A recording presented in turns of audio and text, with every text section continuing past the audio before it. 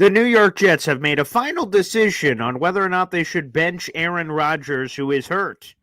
Was it the right call? Wrong call? Well, time to discuss. Let's roll. I'm gonna lose my gosh darn bananas. Boy Green Daily starts now. Zoinks!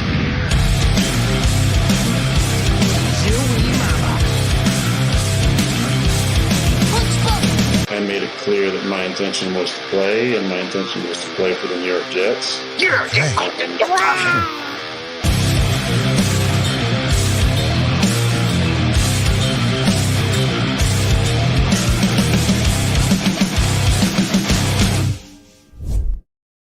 What's going on, everybody? I'm Paul Eston Jr., a.k.a. Boy Green. I'm the New York Jets digital reporter for Heavy.com. Welcome to Boy Green Daily, a daily New York Jets video show, also available wherever you get your podcast, people.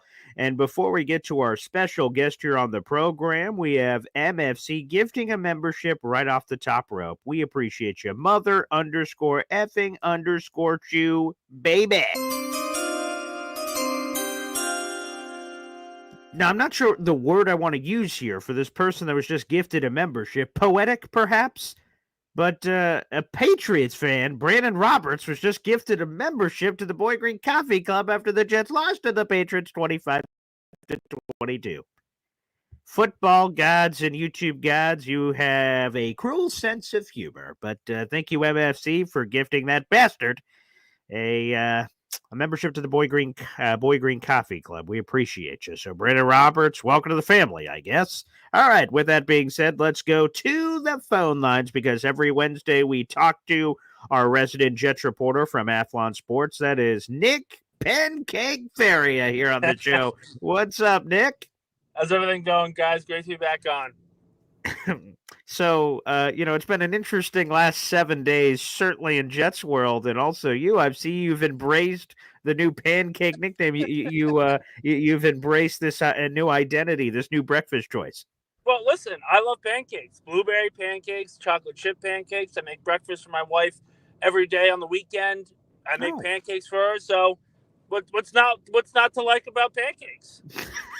That's for sure. So we can appreciate it. We'll see if any other people call in a little bit later in the show to comment on any number of matters. We'll get back to that perhaps in a little bit. But we have a full article in the YouTube description down below, and this topic of conversation about the Jets potentially benching an injured Aaron Rodgers has been something I've heard from Connor Hughes several times. He said, man, maybe that's the right play. He's been kind of saying it the last couple of weeks. With Aaron Rodgers not 100%, Jeff Ulbrich confirmed that yesterday. Not that we needed him necessarily to confirm that because of the ankle and the hamstring and the knees and everything else. I think we could all pick up. But Ulbrich speaking it into existence, saying clearly he's not. But he was asked, hey, by Connor Hughes, would you consider benching him so he can get right? Because he's not 100%. You just said it. You have Tyrod Taylor as a capable backup quarterback. Maybe if you put Aaron on the bench, he would be able to, get healthy, quite frankly.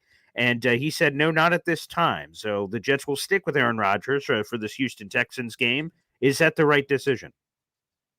I think it is, mostly because if you were going to bench Rodgers for his health and sit him out for a game, you should have done it before you were 2-6. Now it's every game. Again, mathematically, they're not eliminated, but, come on. It's going to be incredibly, incredibly hard to even sniff a playoff spot to this point. It's not going to happen.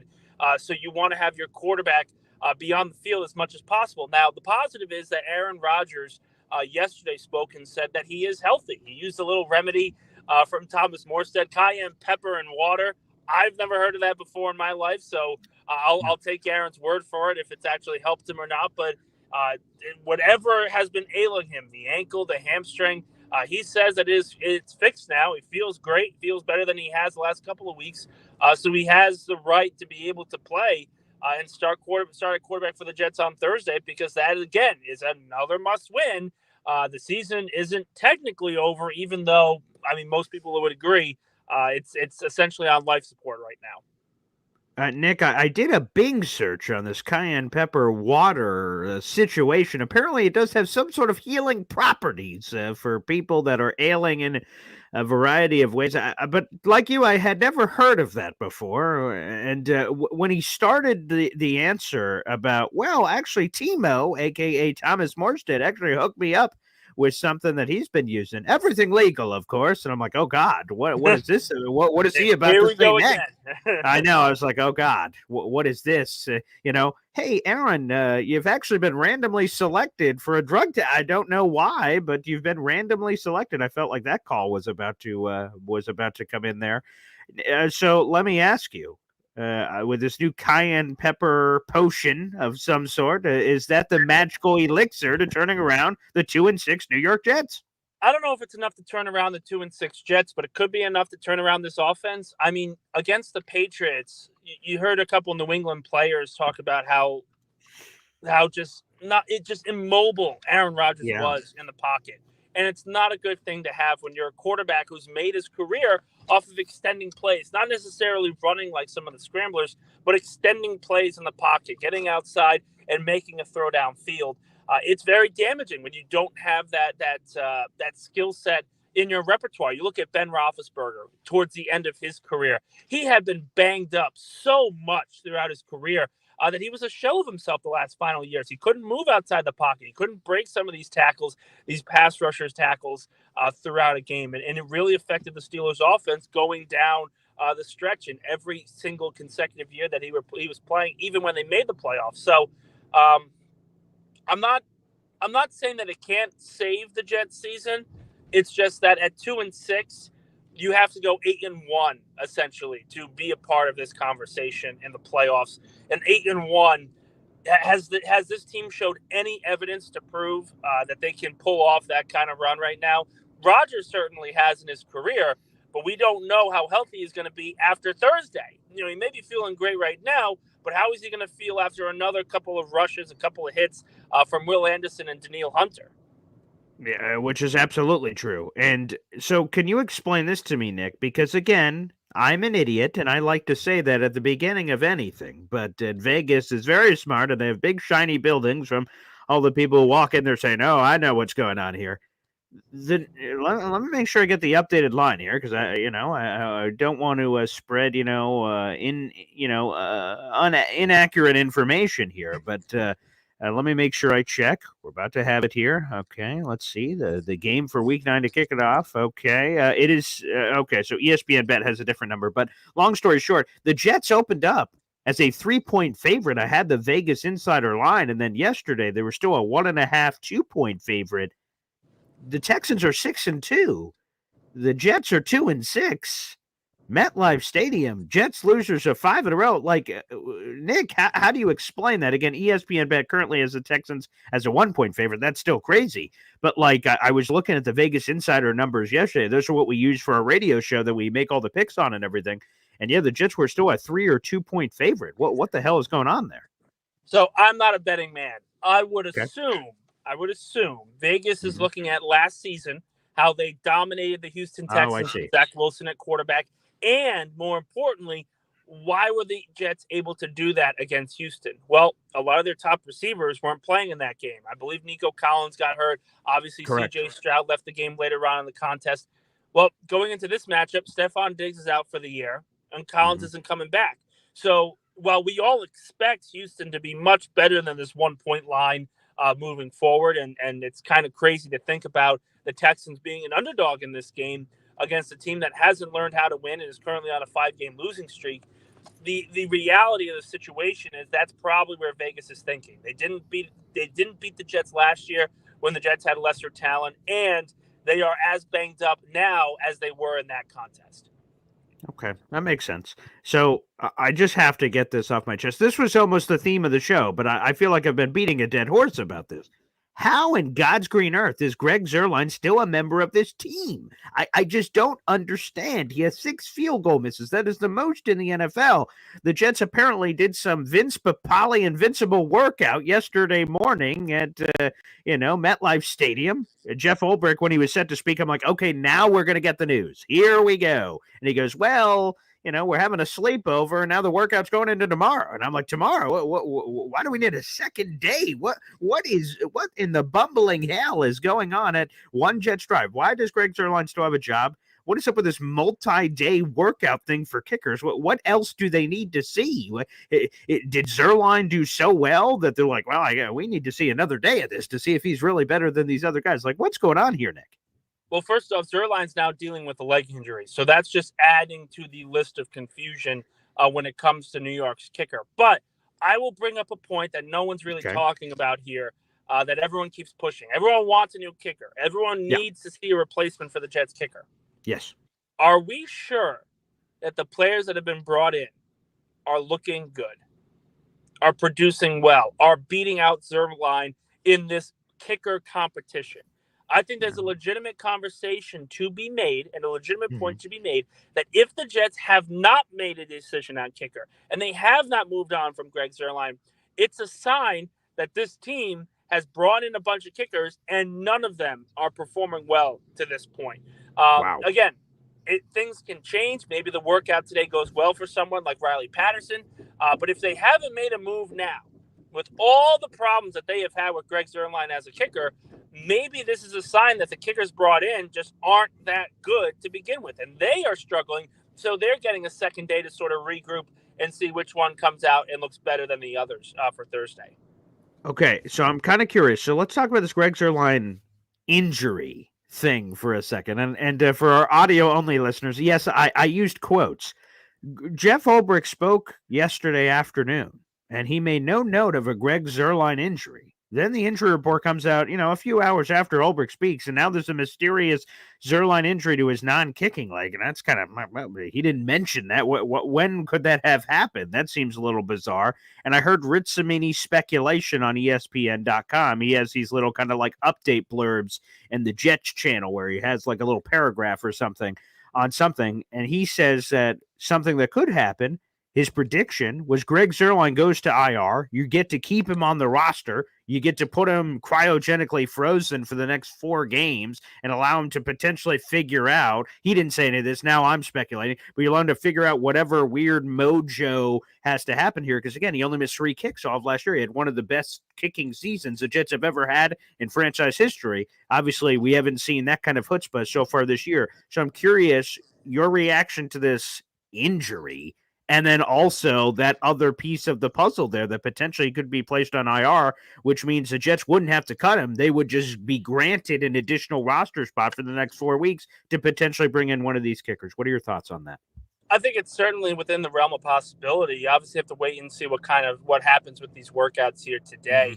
But I just look at it and say, okay, well, 3 games this year have been decided because obviously there are other different reasons, but they've been decided because their kicker has missed a field goal to win or tie the game, or both in the case of the Buffalo Bills loss. Right. I look at where this team is, and then I ask myself, okay, you're bringing in all these kickers. Originally, you made the point that you don't want to move on from Zerline because of that weird accountability answer that Jeff Ulbrich said, and very to bizarre. this day, very, very confusing overall, where he's accountable by showing up to work and attempting to do this every day. That's not how this works. This is a results-led business, and if you're not bringing forth results, you need to be replaced in every position. Yeah. That's how it always goes. So it was a very confusing answer to begin with. Then you come out and say, well, we're actually having a tryout for kickers. We're inviting kickers to come down, see what they've got, and you still haven't made a move. Well, again, logic dictates perhaps this isn't going well. The players that are trying out aren't performing well enough. So this really is just a mess. On top of everything else the Jets are going through, it's just a mess that this team is trying to deal with. And they have to find an answer because, again, the offense talented, the defense talented, special teams has some talent. Xavier Gibson had a really good day as a returner against the Patriots. What happens now? It's the one position here where you look and say, my God, you need a replacement. Someone's got to come in here and just make a field goal from 40 yards out. This isn't that complicated, and it's a huge problem for the Jets. Yeah, you mentioned the accountability, and he says, I'm paraphrasing a little bit, but basically, it's not always on the results for accountability. Trying really hard and the process and this, that, or the other is also important. in my life, I'm not a football player. I would have loved to be one. That was a dream when I was a kid. It didn't happen. They were not looking again for 5'3" on a slanted hill running backs. They still aren't, by the way, for those that are curious on that fact. In my world, this show, the articles I write for Heavy about the New York Jets, I get an email every day from my boss about the articles that are doing well in our company and the losers that are not doing as well. It is absolutely all about results. And if I'm not getting results, I'm having a lot of meetings with my bosses about why I am not meeting the results and the lines in the sand that I'm supposed to be meeting. I literally just read that before I came on this show. In life, it is a results-oriented business. Me trying really hard, it doesn't even get me a pat on the back. They're like, yeah, that's why we've hired you. You're supposed to work hard, you idiot. And we also want the good results with it. So that answer is bizarre. And this is the thing that, if I could try to remove myself from the Jets for a second and just think about Jeff Ulbrich, he's a guy that I've really rooted for. I wanted him to eventually get a head coaching opportunity. And I thought with this chance, with his team, Robert Saleh getting fired after week 5, I'm like, man, we got all this talent. We got Jeff Ulbrich. He's got the greatest opportunity of any interim of all time to keep the job permanently or kick ass and go somewhere else and land a job. But after some of these bumbling answers, I have to do the Peter Parker meme of, oh, my glasses are a little blurry. Is that Jeff Ulbrich? Oh, wait a second. That's Robert Saleh at the gosh darn presser with all these superhero references, superpowers. He's saying a lot of Saleh-isms. And I just feel that Ulbrich is killing his chance of being a head coach in the league again, Nick Ferry. I don't know if I'm overreacting here. I think he's killing his chance, but I don't think he was really given an opportunity here because in many ways he was set up to fail. And let's be objective here. He's a defensive coordinator calling plays for one of the best defenses in the NFL. That's where the Jets were when Robert Saleh was fired. Mm-hmm. Now he's being asked to do two different things. He's being asked to run the in-game management of the team, but also call the defense. Do exactly what you've been able to do on this defense. He is being stretched extremely, extremely thin. And this isn't just a switch. When you're a head coach, you have months to plan ahead for the messaging you want to send to your team, for the overall game plan that you want to have each and every game on the schedule. You have all these opportunities to build something from the ground up. Ulbrich never had that. He was essentially told, here you go, figure it out. You've got a game on Monday. And people will say, well, it's exactly like Robert Saleh. What did you want from him? What did you expect from him? Obviously, the accountability and the lack of penalties and all that, you want to see improvement. But the players weren't on board with this firing in the first place. They were all stunned that this decision was made. So you've got a team that essentially threw their defensive coordinator into the fire and said, figure it out, without any sort of support to help him along those lines. And again, Ulbrich has certainly made some mistakes. I am not I'm not saying that he should be absolved from some of the problems the Jets are having right now, but I think we need to be objective in the fact that the Jets have given him no support to this point. It is, you have 5 days to figure out a game plan to beat the Buffalo Bills, and then you have a week to figure out a game plan to beat the Patriots. And it's just again. He hasn't had time to sit and breathe and figure out a way to turn this season around because he's been thrust into this with little to no preparation. I'm curious because Jeff Ulbrich after the game is like, you know what, everything's on the table, even me giving up defensive play calling, which to your point, he is a guy that his job was just calling the defense, and then he gets this opportunity to be a head coach. And by the way, I don't blame Ulbrich. I see some people are saying Ulbrich shouldn't have taken the head coaching job. That's ridiculous. If I'm a guy who aspires to be a head coach and the organization turns to me and says, hey, we want you to be the interim, of course I'm taking the job, and I'll figure out the rest later. So I don't blame Ulbrich at all for taking it. He should have. That was absolutely what he should have done. But I'm curious now, to your point, that he retained the defensive play calling initially because he's like, hey, man, the defense is great. Why would I give it up? That doesn't make any sense. Yeah. Exactly. Which, by the way, I agreed with. And I was like, oh, thank God. That's good news because I was worried he was going to pass it off to someone who had not called plays before on defense. That could have been an issue. Long story short, it looks like, to your point, he's been spread really thin here in managing the defense and the head coach and all those roles have been very difficult for him. Again, after this Patriots game, he opened up the door and said, you know what, maybe I should give up defense play calling if it helps the team. So time goes by of he thinking about this. Not a lot of time because it's a short week to that Texans game. And he reveals yesterday, yeah, I thought about it, but I'm not going to give up the other day that I'm not going to give up the defense play calling. I want continuity on the staff. I'm curious. Do you agree with that decision? He opened up the door and said, maybe we'll do it. Let me think about it. Actually, nope. I'm just going to keep it. What do you make of that decision to retain that on top of what he has from the head coaching position? So it's kind of a two-pronged answer. First off, I don't agree with the decision. I think he needs to give it up. Like we've talked about, he's spread too thin. He's trying to do too much. He's being asked to do too much, and it's just putting him in a very difficult no-win situation.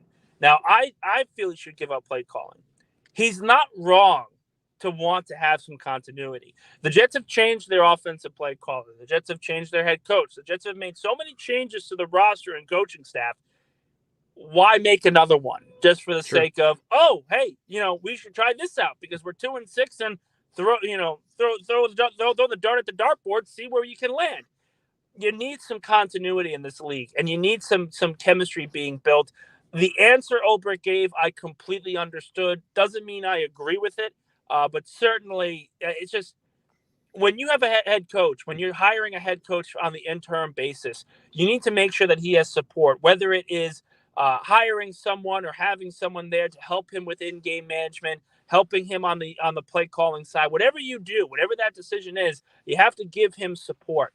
The Jets have not to this point. They've essentially thrown him in and said, figure it out. You're not getting anything from us. You've got the team in place. We've got a talented roster. Figure it out. And that's just, it's unacceptable to me. And that's why I say, listen, I don't agree with the decision, but it's not like he's being given many alternatives. No, that's a fair point. Again, we're speaking with Nick Pancake Ferry here on the show, baby. Our Jets reporter from Athlon Sports will be opening up the phone lines here in just a few minutes. But I've had some people, Nick, is like I said, I claim to be this most optimistic Jets fan on the planet, but I'm going to be honest, Sunday broke me. I am like, oh boy, the season's over. And, I'm still going to root for the team and watch the games and do all these shows that we normally do. But like, boy, I just don't see this magical 9-0 or 8-1 streak happening. I'm going to have to see it to believe it based on everything that has happened so far. We've had a few people commenting on the shows like, I can't believe you losers are giving up. It's all still there for the New York Jets. It feels like this game on Thursday night is pivotal in terms of the NFL trade deadline, which is on Election Day. That's Tuesday, November 5th. The Jets, after this Thursday night result, whatever happens, will have 4.5 days to contemplate what they're going to do over those coming days to figure it out. Is it as big of a date as I'm alluding that it is, that the result, whether a win where you improve to 3-6, go, wait a second, boys, we can make a run, or losing and falling to 2-7 could decide how aggressive the Jets are potentially of selling at the NFL trade? I don't know how much more buying could be done, but from a selling or not selling perspective, that seems to be the Shakespeare decision, to sell or not to sell. What will the Jets do on Tuesday? Is that a floating decision, and do you believe that's based on what happens on Thursday night against the Texans?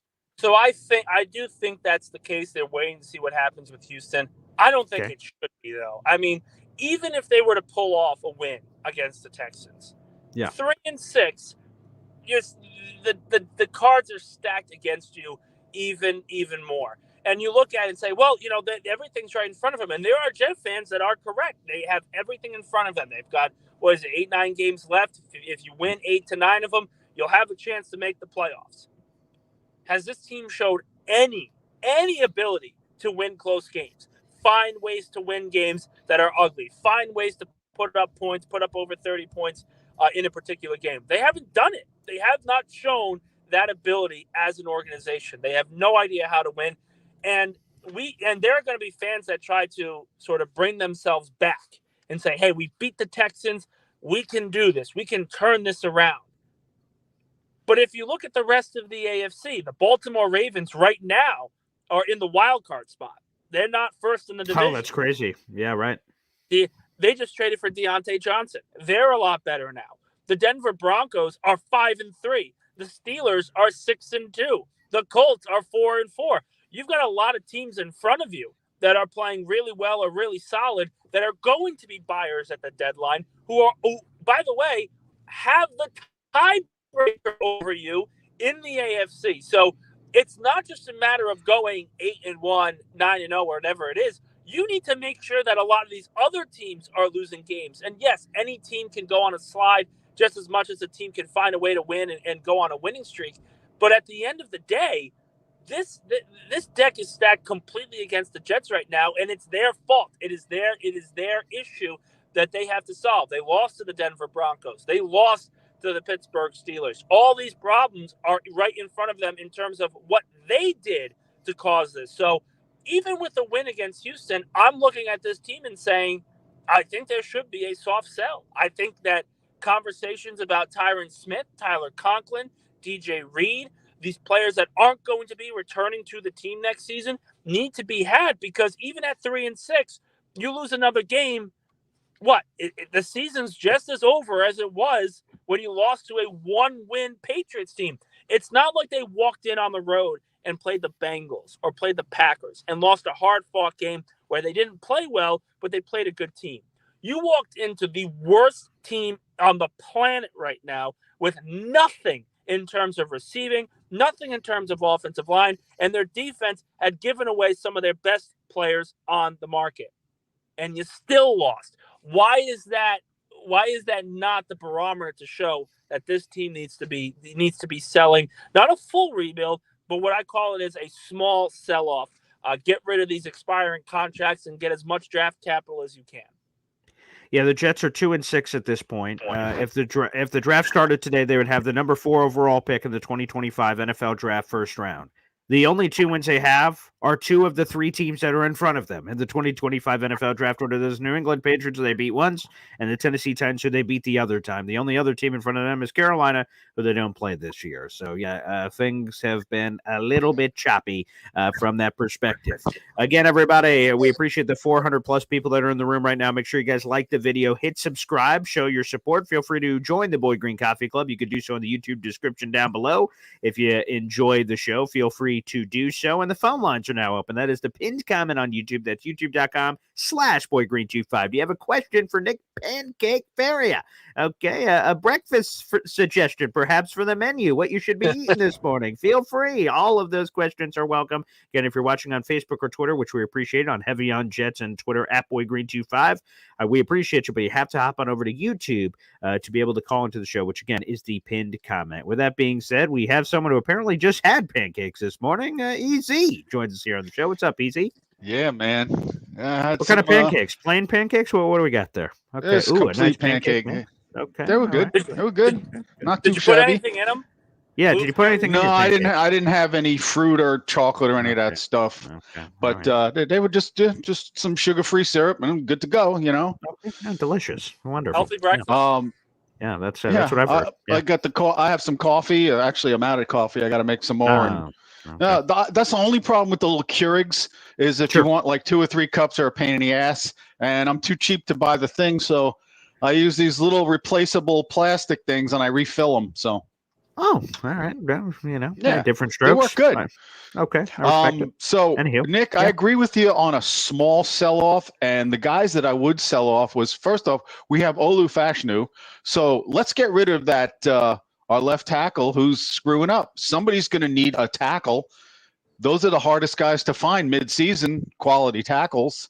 Dang, and really, we missed an opportunity, to be honest. Yesterday, the Minnesota Vikings traded for Cam Robinson from the Jacksonville Jaguars, and that price was minimal, so I'm curious where Tyron would have fit from a draft compensation perspective, but they were looking for a left tackle. They cracked the deal yesterday, so that would have been an op, and they could have handed the keys to Olu.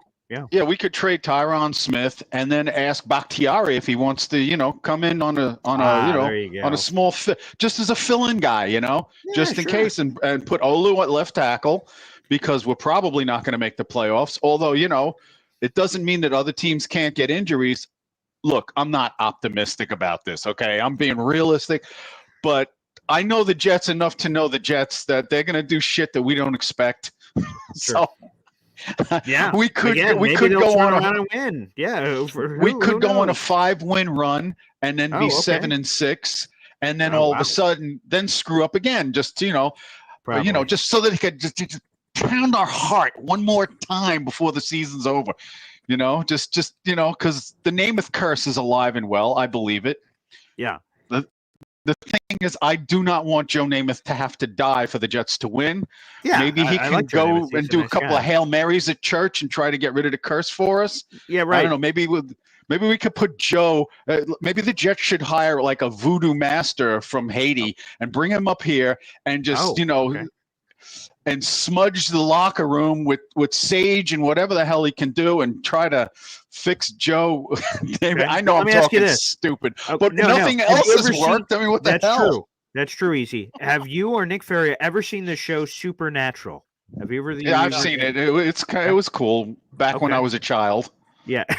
I never watched the show during its heyday, apparently, but my fiance said, "Oh my God, let's watch this." I'm like, "Oh, okay." And I'm like, "Wait a second, 16 seasons, so it's quite an investment." These two brothers running around crazy, just Dean running into all sorts of killing demons and stuff. Anywho, long story short, what would happen is these two demon killing brothers every once in a while would make a deal with the devil.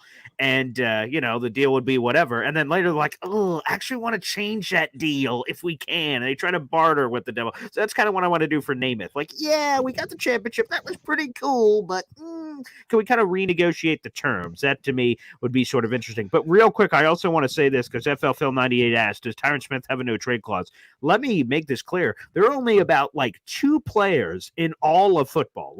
There's, however many players, do the math at 53 per team and all that jazz. There's thousands of players in the league. There's only 2 players that have it. It's Dak Prescott and one other player. It might be Deshaun Watson. There's Hey, you're missing the best one on that list. It's Mr. Jalen Hurts. Oh, Jalen Hurts. Thank you very much. So 3. There's 3. Jalen Hurts, Deshaun Watson, Dak Prescott. No one else has it. Now, of course, as we kind of talked about Devontae and a few others, they may not technically have a no trade, but they can make it difficult with renegotiation of contracts and things of that nature. But no, Tyron Smith does not have one, but that's a good question from FL Phil 98. But go ahead, Easy. But like Nick was saying, a limited trade-off. I think Tyron Smith would be one of those guys for sure. Okay. We may as well get rid of Ashton Davis because let's face it, he's good on special teams sometimes. Sometimes he has a nose for the ball, but 90% of the time he's just not there. Thing is with him, sometimes he'll make a stupid good play, but not enough. Just not enough. I don't. So I agree with Nick on the small sell-off. That to me could make sense. The problem is Easy. It's like you've gone to a pawn shop and on the table you're like, hey, pawn shop guy owner, are you open for business? Like, sure. Hey, what do you got? And then you just emptied out your pocket and you pulled out some copper. You're like, you said, I got an Ashton Davis here, and he's like, all right, I got some air here. I don't think he's getting anything. Oh, okay. Listen to what I'm going to say. Okay. Sure. Okay. All right. You get enough late round picks, a strewn of them, lots of late round picks, and you could package those to move up to a higher round.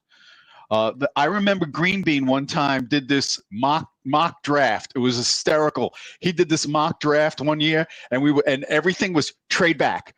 The whole draft, it was trade back, and he wound up for the following year getting 9 second-round draft picks.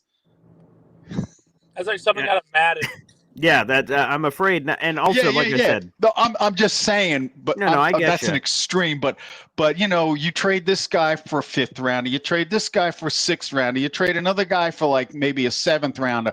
But you can package these things to move up, and then you can repackage the 4th rounder and the 5th rounder to move up for a 3rd round. You just move them around. I'm seeing your camera angle right now. It's just it's money in the bank is what it is. You're just building up the bank account.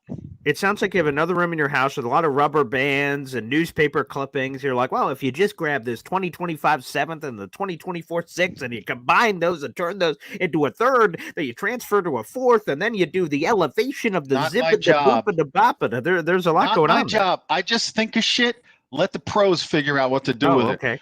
I just think that anytime you can get trade assets and any kind of value that you can use later on it's better than not having it. Wouldn't you rather have 2 extra 6, an extra 6th and 7th than not having an extra 6th and 7th? Sometimes it sweetens the pot on a deal. Like you say, I'll give you a first and a third, and someone goes, well, throw in something else and I'll do the deal. So you go the first, the third, and the seventh, and then they'll do the deal. It's just extra shit to have. Or you get to the end of the deal and you say, Putney, get me David Putney. And they're like, what? Where'd that come from? Putney. But you know what I'm saying.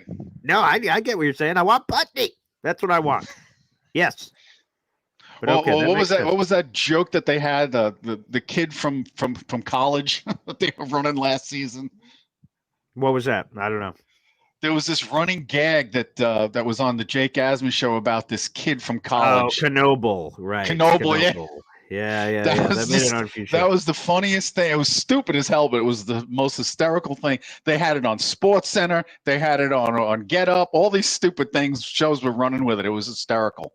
Well, shout out to Jake Asman for that. The Knoebel stuff was absolutely good. So that was good. But yes, I'm again to reiterate Nick's point. I'm fine with the soft sell, depending on who these guys are and what you could get for them and things of that nature. And yes, to Easy's greater point, more assets are good. It's great because the Jets obviously gave up a third in this year's class, but they had an extra third because of the trade back from last year with the Detroit Lions pick. So you're fine there. You're whole in all those rounds. And actually in a bonus one, because I think you get that Chiefs pick late because of the Mecole Hardman thing. So that's good.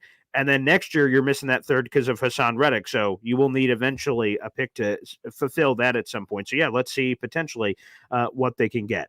All right, let's go back to the phone lines here. NY Jets FO is with us here on the show. What's up, pal? Morning, gentlemen. Do I really have to follow that call? I think Ashton Davis is a cut candidate. Ashton Davis is a cut candidate or a fringe special teamer at this point. Tyron Smith looks like more of a candidate for Game of Thrones than anything because that guy's got more armor on his freaking body every week. The guy's hurt. I don't know if you can even trade him at this point. But let me ask Nick a question, Nick. Sure. I think. Well, let me make a statement and then a question, because I want a full teardown. Depending on Thursday night,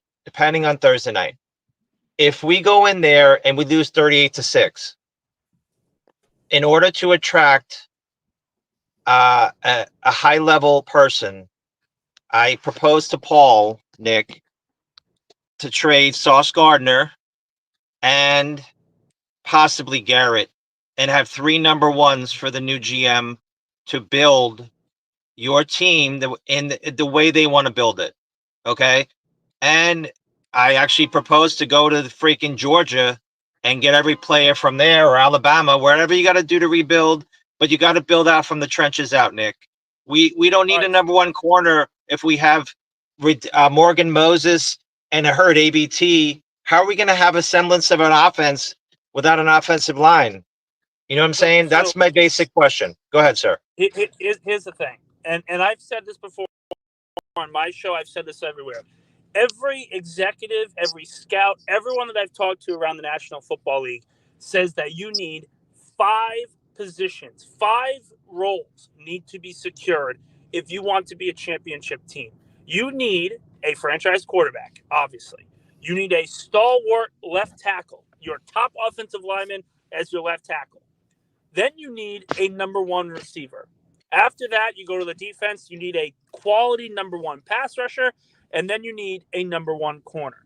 Now, we can argue all the live long day about Sauce Gardner and Garrett Wilson this year, how they're not living up to the expectations that were brought onto them after some very good seasons to start their NFL career. Are you willing to open up 2 of the 5 roles that you have secured going forward for the sake of an extra chance at securing guys like them in the future? You have a really good cornerback on your roster right now. And he's real. And listen, he's not playing as well as he has in the first 2 years where he was an all-pro, but he's still statistically a very good cornerback. He is going through the kind of bumps and hurdles that a lot of young cornerbacks go through. It is not the end of the world.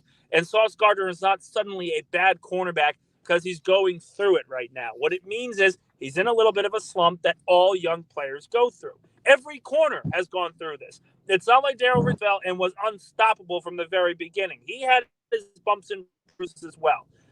With Garrett Wilson, It's more about him learning how to be successful as the number one guy and being able to handle the physicality of some corners in the modern era. That takes time. So to me, a full teardown would be a massive mistake. You have a young core at your disposal, some players that you need to use as the base of building your roster. A lot of GMs, there are going to be GM candidates that like the Jets' job solely because of the young core that they have built, the young core that is currently on the roster. If you're going to sit here and say a full teardown is needed, then you are essentially saying we are going to start at zero again with a new GM because we don't like the players and how they're performing in this particular season. I just don't see that happening. I think it would be incredibly foolish and short-sighted of the Jets to do so. And again, they all need extensions. I understand that. They're not going to get the extensions they want after this past season. I understand that as well. But that doesn't mean you ship them off to Siberia, you trade them and say, well, we can recuperate a first-round pick here and restart this whole process over again. You have a base, and now it's about building off that base, and you get that by accumulating some late-round picks, create some more cap space, give yourself some more leverage, so you move forward the rest of the year with a potential new GM in 2025. Okay, Nick. Let me ask you a question. So a guy, Sauce Gardner, who's a penalty committer now, hasn't had a pick in 32 games and doesn't want to tackle. That's the guy I want to lead my. That's my number one corner. Okay, that's the guy I don't want. And also, evidently, he's not a team leader. Okay, Garrett is, in my opinion, a little too small to be a one because, and he's great, but when the critical catches need to be had, Nick, they're not there. Somehow the ball gets knocked out of his arms, or he has that, he has the dropsies once in a while. I think he's a little small. He's a good 1A, but and another thing, he's not a leader. Nick, the biggest leader we have on our team is DJ Reed, and he's a free agent. That's our leader. Quinn is not a leader. He's not, though. Quinn is not. DJ Reed's not a leader? No, I'm not saying he isn't a leader, but he's not the leader of the team. You've got multiple leaders on this roster. It's not Sauce or Garrett. Shouldn't they be? Well, considering they're 24, 25, they're growing into it. They don't just walk in and all of a sudden they know how to become great leaders. It's a process. It takes time for these guys to develop into the kind of leaders everyone's looking for. I think we're thinking of these guys as 27, 28 players that are in their prime. They are still very, very young in NFL terms. They need time to develop as well. Just because they've shown unbelievable promise to this point does not mean that they're suddenly lost causes. Well, I'm not saying lost causes, Nick. I'm thinking about team building when you have more. Thanks for your time, Paul, by the way, giving me a lot of time here. Of course. You have an ABT who can't stay healthy. Your Tyron Smith is gone. Your Morgan Moses is old, and your defensive tackles are UDAs. Okay, we can't stop the run, so we want a number one corner who can't tackle. Okay, that's my point. You guys went out and drafted a bunch of guys from Georgia, which I would love to do, and look what happens. You have a stud defensive tackle who's unblockable. Okay, that's what I want. I'd rather have him over a guy who can't tackle, who doesn't want to tackle, and who can't cover. I don't care if he's got the sophomore slump, but that's the way I see it, Nick. Old school, build out from the lines. I understand the philosophy of having these 5 pieces, but you got to pay these 5 pieces big money soon, and you're not even 100% sure if they're going to develop. And quick follow-up here. I just want to jump in on the Garrett Wilson thing. Like you said, he's not that big. So I pulled up the highest-paid wide receivers in football, which this list includes Justin Jefferson, CeeDee Lamb, A.J. Brown, Amon-Ra St. Brown, Tyreek Hill. And I was going through each of them. I said, how tall are these guys? Justin Jefferson, 6'1". A.J. Brown, 6'1". Amon-Ra St. Brown, 6'1". Tyreek Hill, 5'10". Like, I think we're over. Garrett Wilson, 6 foot flat, like 1 inch. How is he not big enough? I don't understand that. Well, why does CeeDee Lamb weigh? Is he 180? Garrett's like 180. Yeah, you know what I'm saying? CeeDee Lamb is so I have the weights here. CeeDee Lamb is 190. Is Okay. how much CeeDee Lamb weighs. Amon Ra is 195. Tyreek Hill is 185. My point. Devontae Smith, what is he? 170? Oh God, yeah. Soaking wet, maybe? Yeah, I don't know. But he's not a number one, really. He's not a. That's no, the guy in the Eagles you just mentioned is not a number one. Yeah, AJ Brown's the. He's absolutely a number one. AJ Brown is not a number one. No, both of them are number ones. But it's quite literally you've got 2 1s on your team. That's why they're so good. I called Garrett a 1A. Okay, I'm thinking a number one should be a Marvin Harrison type, a big, tall, physical receiver. That's what I'm looking at as a prototype for number one. That's just my thought. Especially in the AFC East, you got to deal with the weather. You know, you're not playing in Arizona where the weather's perfect, or Detroit. You know, when you have domes everywhere, you got to play in the cold. So I don't know. We can go on and on. I understand. I appreciate you looking at the weights, Paul, but that's why you draft a 6'4" receiver with physical. You know, a physical receiver who can make these high point catches, back shoulder. You know, that's why I think that's the typical prototype. How big is AJ Brown? How tall is He's 6'1", but the weight is obviously much bigger. He's built different. He's 225 pounds, so he's a much thicker guy. But the height-wise, he's 6'1". Fair enough. Okay, Paul, I took up enough of your time, but I just feel like we need to build from the trenches. You have to stop the run and be able to run the ball to have any success in the NFL. Fair enough. NY Jets FL, appreciate the call. And like I said, I want the Jets to have foundational pieces that we build around. And to me, while there's been some concerns about this, that, or the other at Garrett Wilson, I love Garrett Wilson. I love his passion. He's really talented. Has he made every single catch of all time? No. Has he dropped things like he had the ball in the end zone, got knocked out? Sure. Garrett Wilson's friggin' talented, man, and he's our guy. We drafted this guy. We've developed this guy. We've crafted this guy. I want Garrett Wilson to retire a member of the New York Jets. So to flip him, he's a 1A or a 1B. I don't care what alphabet or number school he went to, of elementary school of 1B, 2, 3, 4, 5. He's, let me check the definition real quick. Oh, good football player. Yeah, I want more of those on the team. Yes, please. We lost Nick Ferry. We'll see if we could get it back. But, come on, man. Garrett friggin' Wilson. He's awesome. And you don't hear him. I don't read him in press clippings. He's not getting suspended. He's not getting pulled over for having a gun in his car. Cough, cough. Certain player just got suspended, right? We're not having any of those issues. I think Garrett Wilson is a really good kid, and I want to continue to develop and have him on the team moving forward. Pancake's back. Let's flip over to another call. We got Hep joining us here on the show. What's up, Hep? Hey, fellas. I just wanted to address something. I'm getting to the realization now. I'm 62, and I'm realizing that I may actually die before the Jets actually get a championship. You know, it's not unrealistic. And it got me thinking about all the guys that actually been watching the Jets since Namath did it, and I'm one of those. And that have passed on, and they held the line for so long. So I want to make a pledge with all you and all your viewers. I know you don't drink. Yeah. But the day the Jets do win a Super Bowl, everybody should go buy a bottle of Heineken because it's green. All right. Open it up and pour it for our homies, the ones that held the line for all those years that didn't stick around. Okay. Well, what do you say? I want to say this, Hep. First off, I just wanted to look up U.S. life expectancy. Didn't expect to Google that this morning, but apparently it's 77 and a half. I'm 31. The math on that is I have 46 and a half seasons left, Jets, to figure this out before I kick the bucket if I make it to that line. So, Jets, we've got 46 seasons left to try here. That's really my only goal now in life, is to push it there and make it. So, yes, please.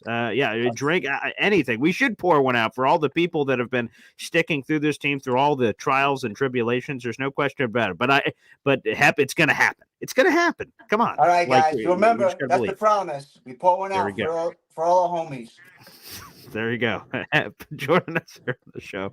Gotta go call my wife and tell her I love her. Yeah, that's the number one thing we should be doing right now. There's no question. We have 500 people in the room. Let's keep those calls coming. Up next, Johnny Boy here on the show. What's up, Johnny? Nick, 2 stacks pancake Faria and There you go, Mr. baby. himself, man. Hey, first and foremost, I love Hep, man. Hep's that dude. And I always pour one out for the homies, man. Just let that there you be. go. So My dog's at the crib, baby. There we go. Yes. All right. So I have to say the stuff with T. Smith, right? And what's going on with him and all that. T. Smith. What are you talking about? Tyron Smith. Tyron Smith. Oh, sorry. I didn't know you guys were on such a cool basis. My apologies. T. Smith, T. Dog. Right. I understand. I always butcher his name. You know what I mean? Oh, so you just call him T. Smith. Oh, smart. Yeah. You know what I did? I just did that yesterday. I'm on the radio. We have the Virginia Tech. He like covers the team, and Syracuse plays Virginia Tech, and they have two guys on the team that are like superstars in college football. I'm like, shit, I have no idea how to say this name, and I like set the guy up. I'm like, wow, you've got one of the best running backs in college. Tell us about him. And then he said the name. I'm like, booyah. Okay, good to know. All right. So see, you just got to set it up right. Smart. That's yeah, okay. We're playing the game, baby. We're playing the game. That's how you do it. So nice work there, Johnny. So with so with that being said, right, I feel like he's gotten better almost every single thing he's been. Rodgers only got sacked once. Yeah. Exactly. Right. So if we're gonna go on this quote run end quote, right, which I don't believe that we're going to. Right. But the team is trying to gel together. That's one of the things that I've been trying to see on the line, at least. So it's intriguing right now if we get rid of him to bring in like a Bakhtiari and all that. There's a reason why Bakhtiari hasn't been picked up, and we do have Olu in the background right now. T. Smith, the whole situation with him and what we've been saying is he's typically injured, and he's an injury individual. If we trade or whatever we do for him for like a pick or anything like that, and then we put in Olu, and God forbid that he gets injured, we're back in the same boat all over again. Point. Right? Yeah. So we've been preaching death. Now, the other thing too is with the pieces of trying to trade everybody, and if we were to do that, right, who is going to first off want to come in here and then have to go ahead and throw darts at a damn board to try to see, what kind of player is going to come over here and do well when you already had pieces like that. Look, that's what I mean. What's more attractive? Random future draft picks or, oh shit, Sauce Gardner. Oh shit, Garrett Wilson. Oh wow, Breece Hall. Like, to me, if I was a GM or head coaching candidate or whatever, and I was out there and I'm evaluating the option again, right now the Jets are the only job available, but they won't ultimately be the only job available. There's going to be more. There's normally 7 or 8 every year, but right now the Jets are the only one. I'll be curious to put ourselves up against other people and say, okay, who's more attractive and things of that nature. I think the Jets are going to be an incredibly attractive team, and we'll see what it compares to everybody else. But to your David Bakhtiari point real quick, you mentioned that, like, hey, there's a reason he's a free agent. I watched the movie Year One, not recently, but it has Jack Black and Michael Cera in it. And at one point, Michael Cera turns to Jack Black, and he's like, I'm a virgin by choice. And Jack Black says, not your choice. So, like, David Bakhtiari, I don't have a job. It's by choice. Not your choice, buddy. Maybe no one's employing you. That's why you're not employed. So it could certainly be that case. There's no question about it. And then with Ted, look, I love Ted, man. Ted's stuff that I at times do agree with him and all that, right? But with Garrett Wilson, we've been pounding the table forever and a day to have a number one wide receiver and all that. Then we finally get him. I think the biggest issue with Garrett Wilson is they've been trying to gel together, him and Aaron Rodgers, and I think he's been playing more within himself of wanting to be just completely perfect. And I think that was the biggest reason why they kept saying, we got to play a little bit more like stress-free, stop overthinking the stuff and just do it. Because it was stuff that he was doing, man, that was peewee football that you learn. You never catch a damn ball within your chest itself, and I get it. I get the stuff, right, with going over the middle and catching the ball and then it getting popped out. And maybe it is because of his size and all that. But I tell you right now, if you or I were to go ahead and be put in that damn position itself, that ball is getting popped out 10 out of the 10 times and all that. It's very tough to catch that. And that dude Rap, right? He was playing like a damn bat out of hell that day. He's the reason I believe the Bills won that game when we went ahead That and Brees played. Hall saving tackle play on the corner end zone, right? That for sure too. And also we're making it seem like, again, I love Ted, so I want to start off a sandwich. They say it's very important in 2024 to start with a compliment and then slap him with an insult. So Ted, handsome guy, really love the guy. But we're making it sound like Garrett Wilson is my height at 5'3". He's 6 foot flat, which is comparable size to all of the most highest paid wide receivers in football. Like, sure, would I prefer a 6'8" specimen? Sure, I guess, but God doesn't make them all that way. And the Jets have one of those in Mike Williams, and they're not using him. Yeah, I just don't understand. Garrett is not some small guy. We're not allowed to use the M word anymore. He's not just some small dude that's sitting out there. Like, he's 6 foot flat. That's not shabby. It's fine. It's good enough. When Devontae Adams got into the NFL, did he just magically become a first-team All-Pro? Right. Nope. Exactly. No. And he was working with Aaron Rodgers. For the first year here, this is still the first year with Garrett Wilson and Aaron Rodgers in a game setting. So right. I look at Garrett Wilson here, and I don't look at a player that is bad or maybe not as good as we think. I look at a player that's just trying to figure it out with his quarterback. It's not that playing poorly. It's that chemistry is not something that just magically happens one day in practice, where they're on the same page now because of one practice. You need copious amounts of game film to understand and get on the same page. When a defense runs a certain alignment, you run this route. When this is being played, you run this. Those kind of things do not happen just because you practice together or you've played in 7 games together. That's not how it works. It takes time. It doesn't take 1 year for this thing to just blossom into a perfect partnership right away. And by the way, let me squeeze this in real quick. Our number one Austrian Jets fan gifting a Boy Green Coffee Club membership, baby.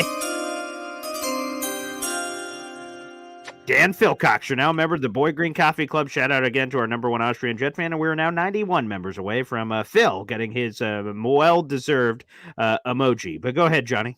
And the biggest thing, too, with the offense is it's not like the offense has been playing bad. The offense is playing like average and is what we were wanting. We were expecting our defense to be the same elite defense that we had last year. But unfortunately, right, we have not had any injuries the last couple of years. And then this year we got riddled with injuries. And now we're seeing those injuries hurt the living crap out of our defense, right? Our biggest problem right now, I think, in offense has been the red zone, right, and the penalties, right? And then it's the kicker. If the kicker hits a couple of these kicks and all that, we're talking a completely different record right now, right? And we're not having these conversations. We're having conversations of, what else do we need to keep making this team better that could maybe, go ahead and get us over that hump that we need going before the trade deadline itself. So there's a lot of stuff that's here, but the GM going to be here next year? We don't know anymore, right?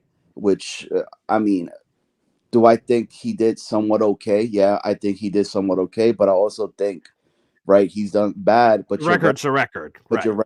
your record at the end of the day. Records aren't a GM stat. Listen, I get it. Really? I get the piling on Douglas. Records are not the game record is not a GM stat. If that was the case, Howie Roseman is fired in Philadelphia 10 years ago. GMs are about building a football team. Now, it is fair to say that while Joe Douglas should not be responsible for the overall record, he has not built a quality team enough to be able to win a championship. He's missed on the quarterback position. He has been way too passive when they need to address certain issues, and that has resulted in other losses. But he picked a coaching staff that is now completely in disarray. He picked the quarterbacks that are now in complete disarray. I don't look at Joe Douglas's record and say this is the reason why he needs to be fired, because there are a lot of GMs with below 500 records to their careers, and they have a job and they're considered some of the best in the NFL. That, to me, isn't the issue. The issue is the other points of emphasis that the GM needs to figure out have not been figured out. And that's why Joe Douglas is on the hot seat, and that's why people are calling for his job. Well, Johnny, I appreciate the call. We have a super chat coming in, and we're running out of time with Nick. But Phil jumping in here every time I get a super chat, Soraya Luna, my daughter, chimes in. Wow. Why not? Phil asks, this will be the final question here for Nick, as Nick's got to go. Phil asks, Nick, how much could we get for Sauce? 2 firsts? Well, again, here's the problem with this kind of conversation. Everyone now wants to trade Sauce Gardner. Well, why do they want to trade Sauce Gardner? He can't tackle. He's struggling in coverage. Too many penalties. So essentially what you're saying is you want to sell low on an all-pro caliber player. That doesn't make sense. It does not make sense. It's people being angry for the sake of being angry, and people want to be right by saying we need to trade everyone and tear this whole thing down. No one thinks. No, if you build a piece of winning franchise, you have some good benchmark players that you use as your core. Sauce Gardner is one of them. If Jets fans think you're getting 2 first-round picks for Sauce Gardner, but all they're doing is complaining about poor tackling and the coverage grades and the penalties and everything else, how are you going to even get a first-round pick for him? Are you sure that's going to be possible? To me, I think a first, maybe even a second-round pick is probably going to be the answer there. Not 2 firsts, but maybe a borderline first, a conditional second, if that. But again, it's not happening. It's not going to happen. You don't get rid of your benchmark players simply because they're having a down year. That is mind-bogglingly stupid for an organization to do that, where a player has a bad year and all for different circumstances and another team out the door. That's bad teams stay bad. Yeah, that's for sure. Nick, actually, one last one. I know you got to go, but one last super chat that came in. I apologize for missing this earlier. Wow. Ace of Spade, Nick F. Who to hire, fire if outed? If you were Woody, who would you be hiring or firing if you had to make that decision? Last thing before we get you out of here. Yeah, I'm not firing anyone during the season. There's no one left to fire that would really change anything in the regular season. I think there's a very legitimate conversation to make sure that Joe Douglas does not get his contract renewed. I don't think that's going to happen. And that's the thing. I would do everything in my power to hire an offensive head coach, whether that's Ben Johnson, whether that's Brian Johnson, whoever it is, Todd Monken, whatever. Mm-hmm. And then you try to have Jeff Ulbrich stay on as defensive coordinator. Now, that's not the easiest thing to say. It's not the easiest thing to gamble with because he may want to leave the Jets if they're having a brand new coaching staff in. But asking Ulbrich to stay on, I think Brad Boyer is a really good special teams coach, even though Zer's having a miserable year. I think he should stay.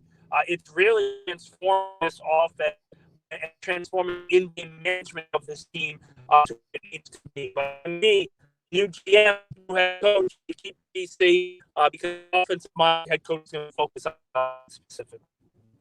That makes a lot of sense. Nick, my pancake flipping friend, thanks for chiming in, and we'll try to catch you next week. Appreciate it, guys. There he is, Nick Faria, joining us here on the show. And I know he got a little squawky there technically at the end of that call, but Ace, I'll also answer your question. And thank you for the reminder. My apologies for missing this earlier. Must have been when I accidentally dropped out there for a second. But who to hire or fire for me? Again, Joe Douglas is not getting fired in the middle of the season, but he is being let go at the end of it. His contract runs out. Goodbye. See you later. And then everyone else is fired, all the coaches. I like Brant Boyer, but sorry, pal. Ulbrich, it doesn't matter. Like everyone, it's a clean slate. Anyone I'm bringing in are not getting like the caveat of, oh, you can come in, but you're keeping this guy, this guy, this guy, this guy. That's not happening. I love Nick a lot. Again, we talked about that sandwich. Give a compliment, then you can paddle it with an insult. Nick had to go. He had no more time, or I would have went more into a conversation with him about this. A record is absolutely, win-loss record is absolutely on a general manager. Of course it is. Why wouldn't it be? That doesn't make any sense whatsoever. By the end of this season, Joe Douglas will have managed, quote unquote, for lack of a better word, the Jets for 100 games. His record is god-awful. I mean, it's terrible. Let me see if I can find it real quick. I know Joe Caporoso chimes in on that statistic all the time. He has been here since the year 2019. That win-loss record, that blood is on his hands. That is absolutely on his hands. Why wouldn't it be on his hands? He builds he constructs the team, builds the team, ingredients, groceries, shopping. And then if the team does not perform with the head coach he also hired, then what are we talking about here? Of course he's responsible. That blood would, of course, be on his hands. So I don't have that off the top, but it's somewhere like 23-60 or something. Like it's a god awful record is what Joe Douglas has so far this season. I couldn't find it quickly, but yeah, it's a god awful record. Absolutely terrible with his managership, again, for lack of a better word, with the Jets. It's just terrible. And he absolutely must be held responsible for that as far as I'm concerned. Okay, I believe I have it here. This is a Pro Football Reference. He's 29-62. Disgusting. I mean, that is god awful. He has lost twice, more than twice the amount of the games he's won. Sorry, not good enough. And for those reasons, Shark Tank style, I'm out on Joe Douglas. All right, let's go back to the phone lines. I've got plenty of callers waiting, including my father, Esden Zone, chiming in. Pop? Good morning, Boy Green. It's good to see you.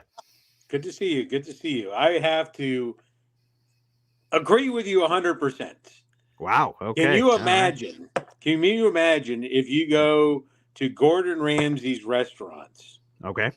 And the product that's delivered to your table, right? You order the breakfast burger. We go to Bobby Flay's. You go to the breakfast burger, right? Yeah. And the head chef at that restaurant, when the food tastes like shit, well, that's not the head chef's fault. That's not his role.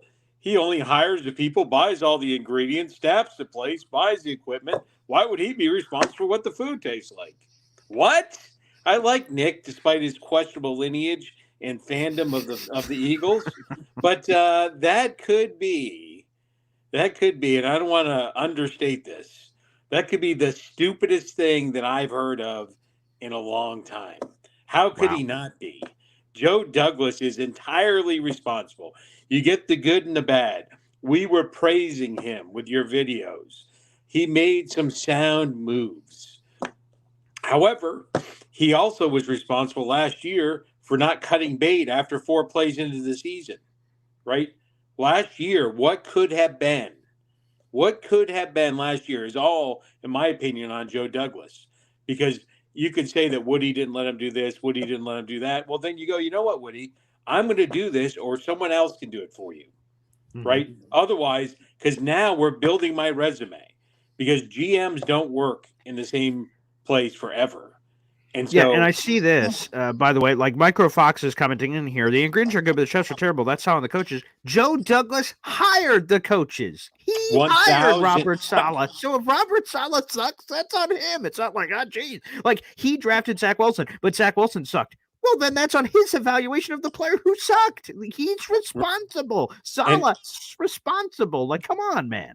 And I will say, I'm going to defend Saleh for just a half a second. Oh, hold on. Oh, let me hear that one. Do you not think now Saleh's a goofy bastard, right?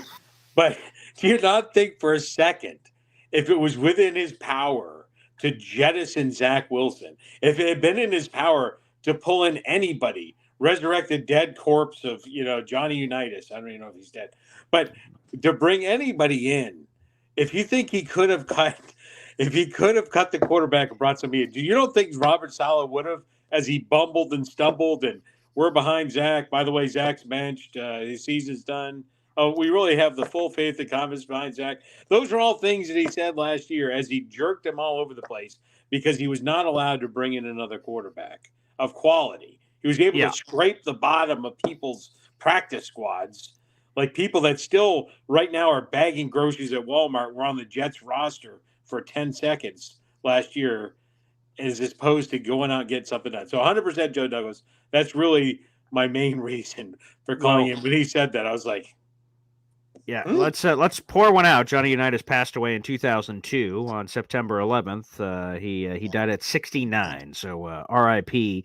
To Johnny Unitas. And Micro Fox has followed up by saying, well, Saleh was high on everyone's list when he was hired. Again, everyone was jumping off the bridge. What? Like and again, just for the record, Ryan Leaf was everybody at the top of everybody's draft list.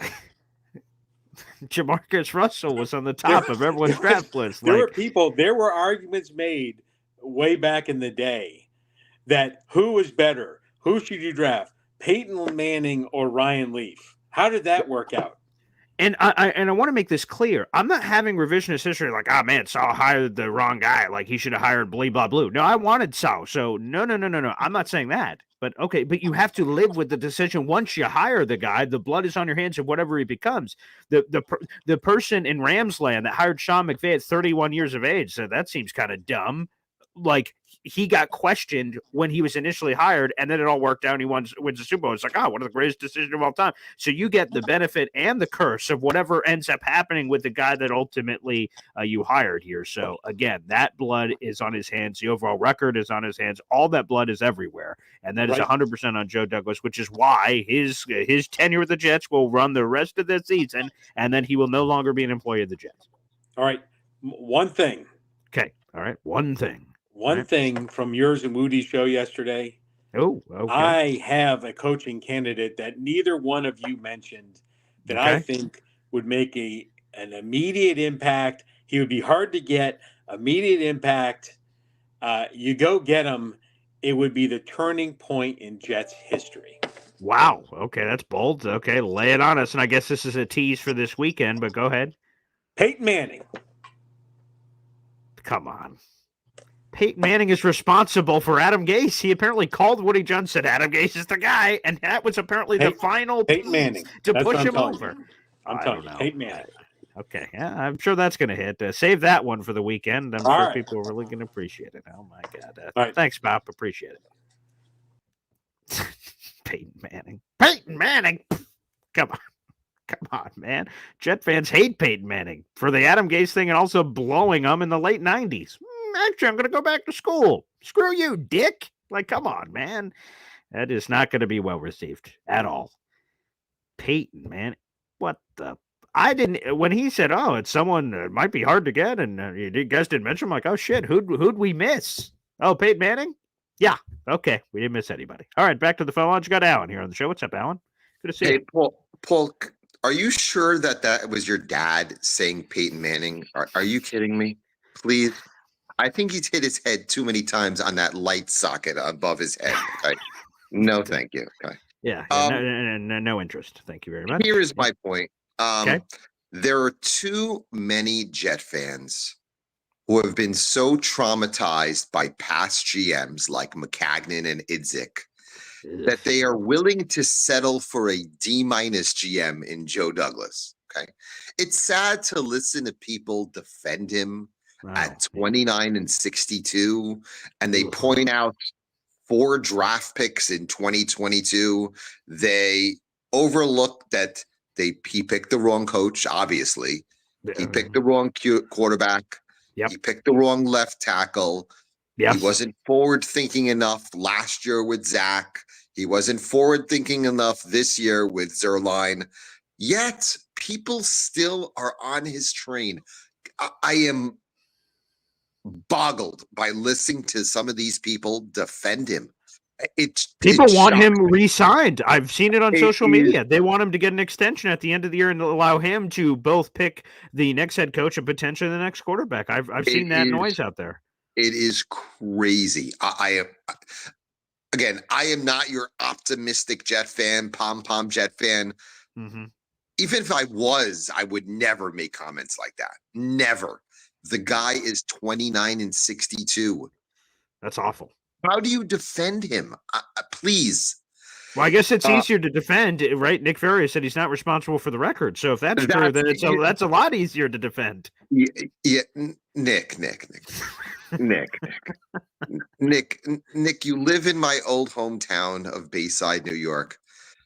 Just stay there. No more stupid takes, because that, my friend, is. And I've heard, and honestly, Nick isn't the only one who's actually said that. That's the funniest thing. He's not? Oh, that's the first time I've heard that. Wow. There was I don't know if you know Dre from Jake's show. He actually made the same comment months ago. He's like, Joe Douglas is not responsible for the win and loss record. I nearly drove off the road when I heard that. Okay, so let me try to understand. What was the rationale? I know you're speaking for Dre here. Dre actually did try to call into the show earlier, but he must have had to leave. But I didn't get a chance to get to him. But what could have possibly been the rationale for why he's he's not responsible for the record? Because he's a Joe Douglas truther.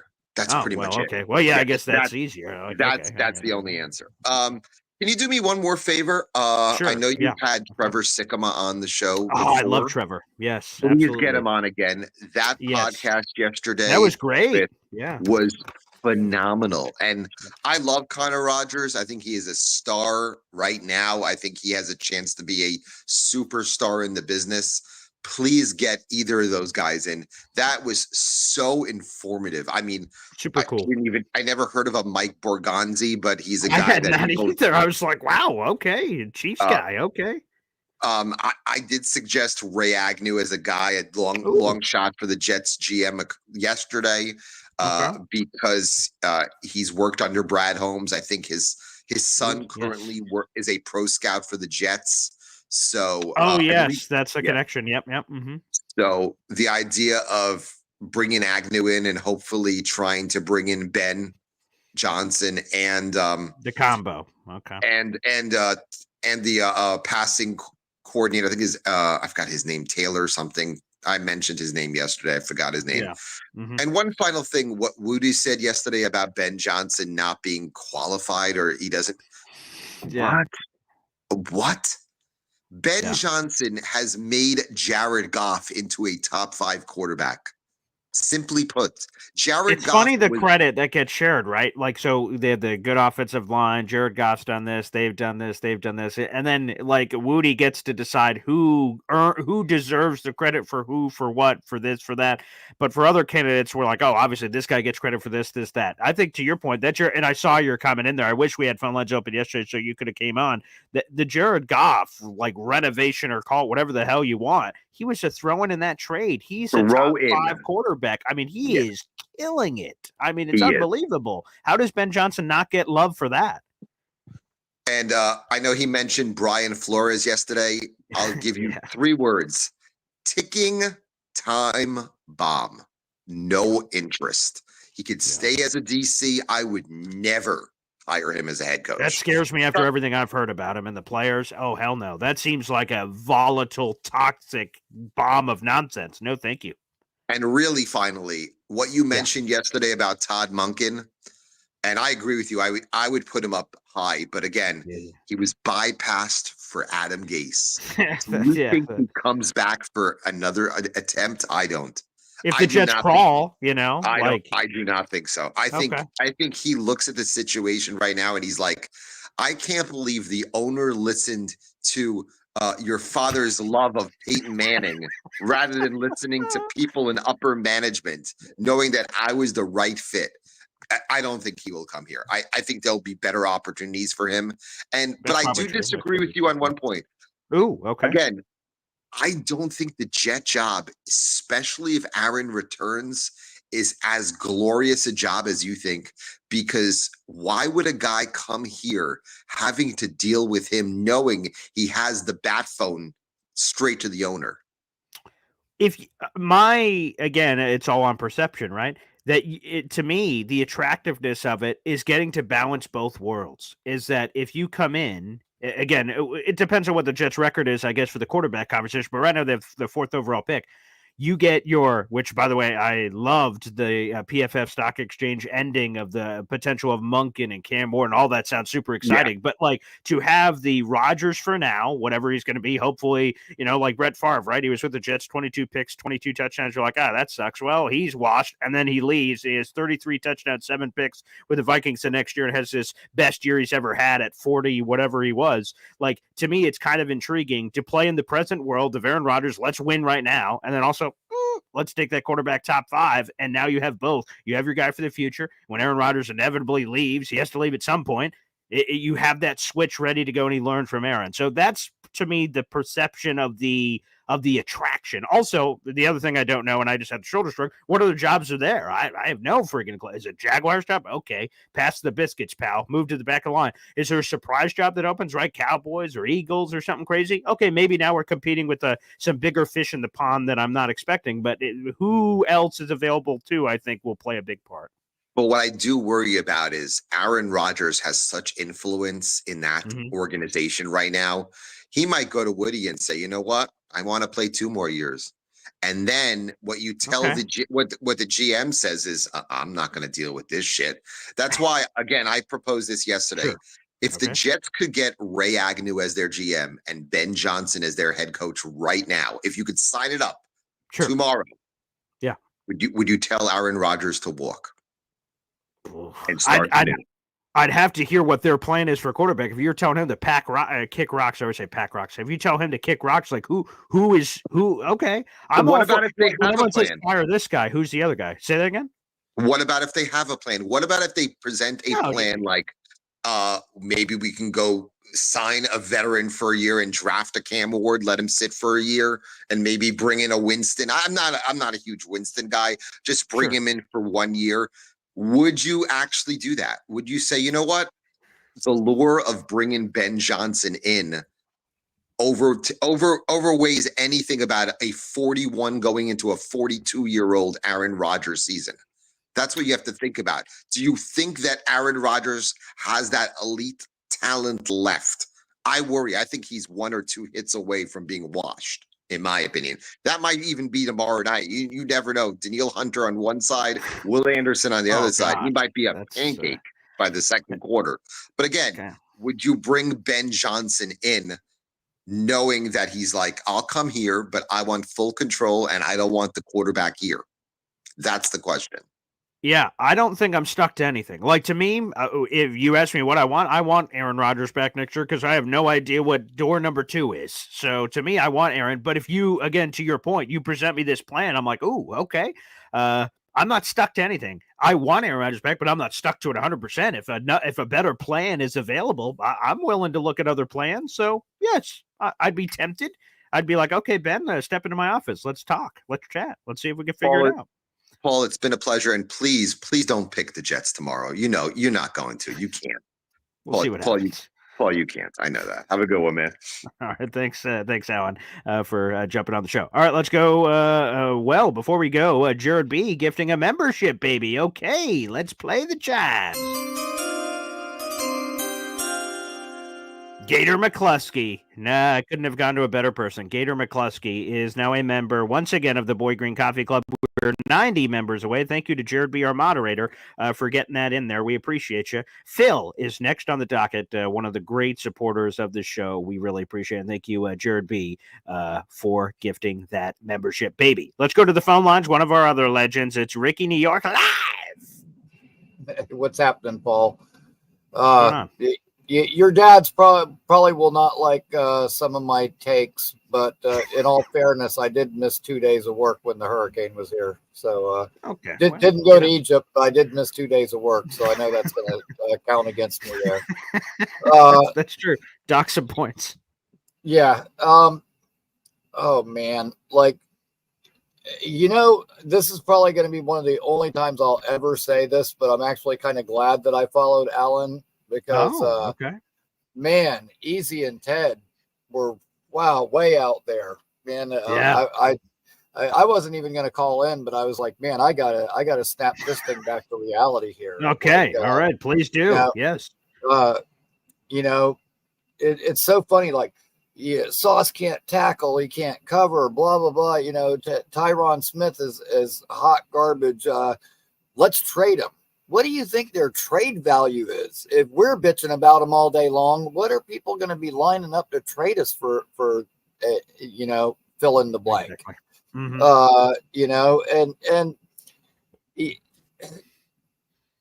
this year has been so disappointing because, I mean, there's been some years where, like, right at the beginning of the season, I was like, well, this is going to be a lost year, like before it even started, because the roster just wasn't there.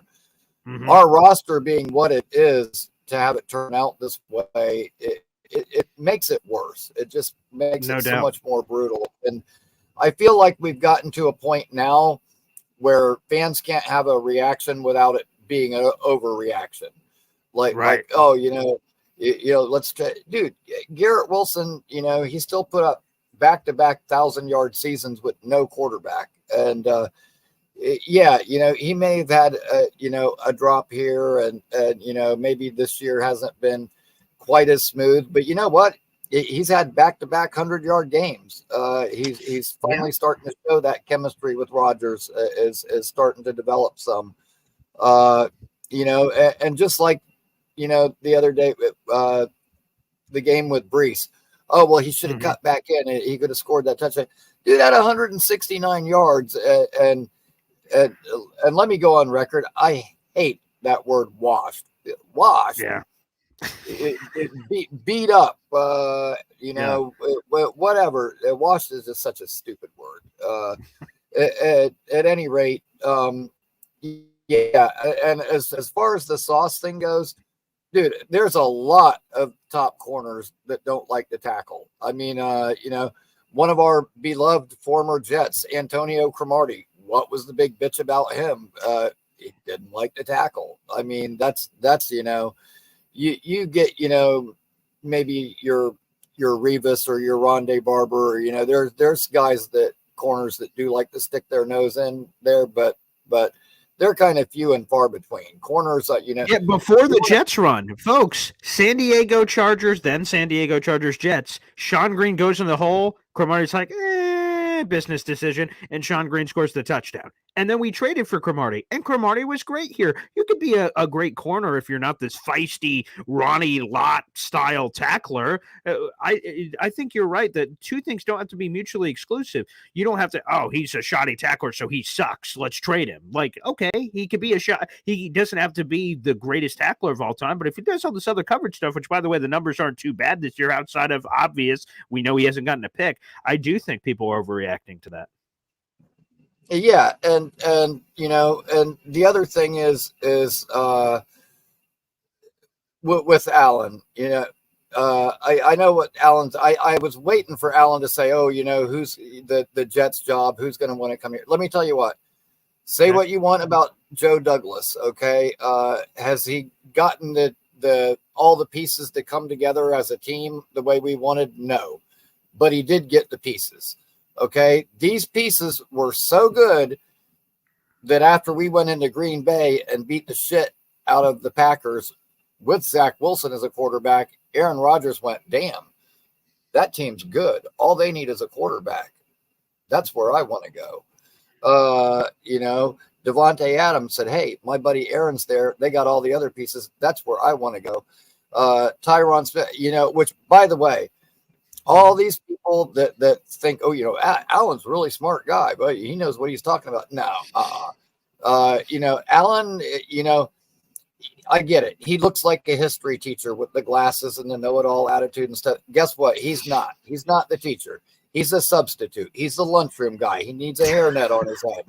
Okay, he's articulate, and so he passes off or no. But I'll give you some of Allen's really great takes. Aaron Rodgers is never going to want to come here with this coach and GM. It's a train wreck. Aaron Rodgers, Tyron Smith is not going to come here. He's not going to want to come here. Those are some classic Allen takes for all you people that have been lured in by his spell. And also, it's worth to be noted, right? People talk about this Jets job being so shitty and no one wants it. One of the things that I imagine would be incredibly attractive is commitment.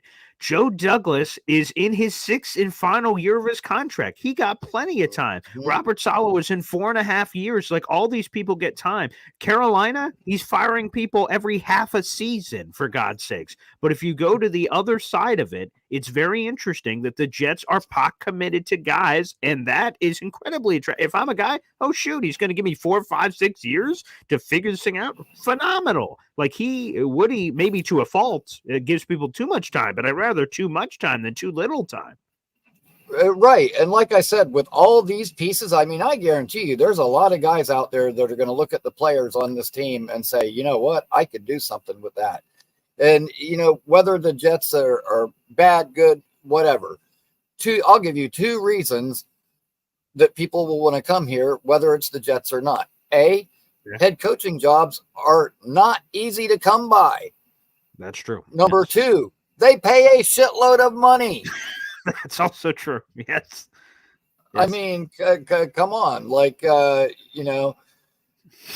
like I'm not buying that. And the way I look at it is we'll have plenty of interest as far as people that that will want to come here and take this thing over. I would be real happy with Ben Johnson. For some reason, I don't see him either leaving Detroit or them letting him go. Awesome. And I see maybe us ending up with like Kevin Stefanski, which I wouldn't be against. Okay. No, not at all. No, I'd be quite satisfied with that. Yeah. You know, don't get me wrong. Johnson would probably be my top pick, but I just don't foresee that happening for whatever reason. But that's fair. I think there will be plenty of interest, and I think with the right person in charge, we can get this thing turned around. That being said, I fully expect to win on Thursday night. There we go, baby.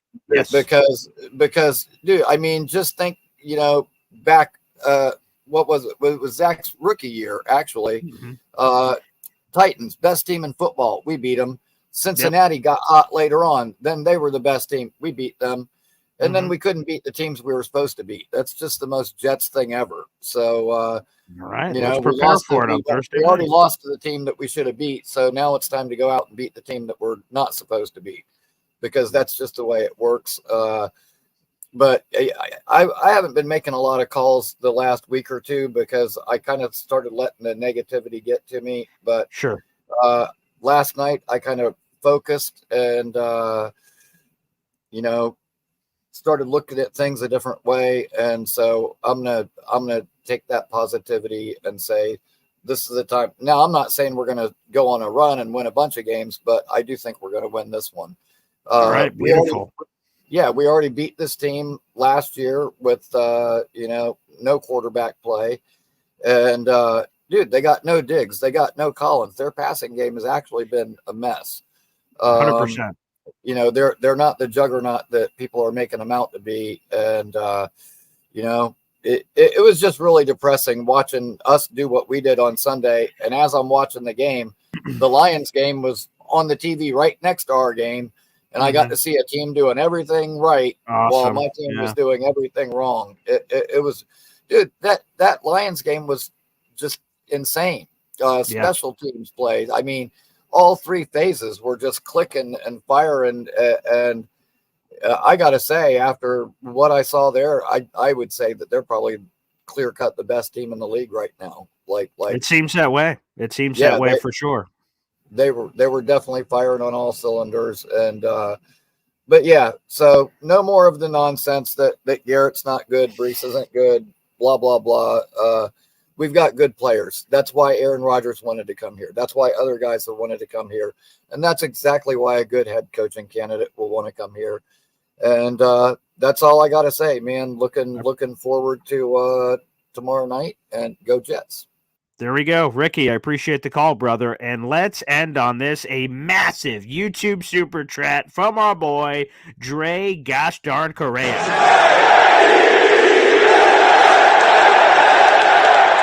Whoa, mama. Whoa, mama.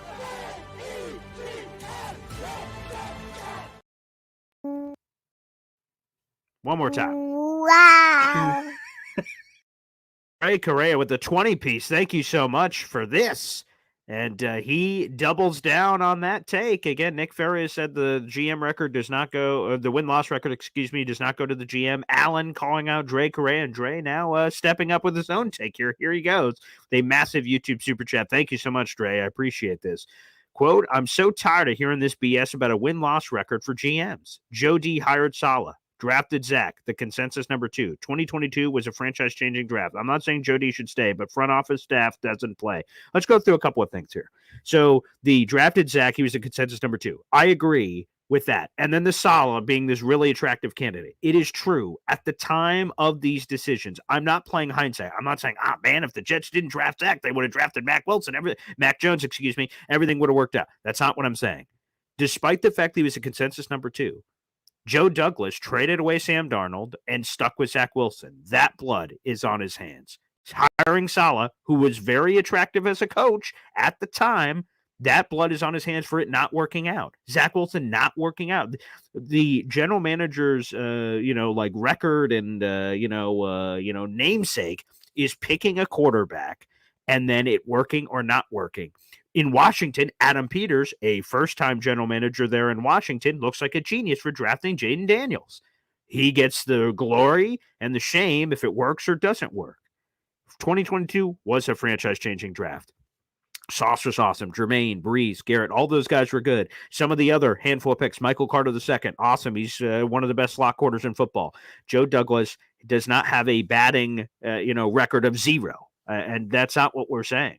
But the fact of the matter is the record is the record. 29-62 is the win-loss record. His job is to bring wins to this team. That is his pitch to Woody Johnson. I will turn this around. I will help you win.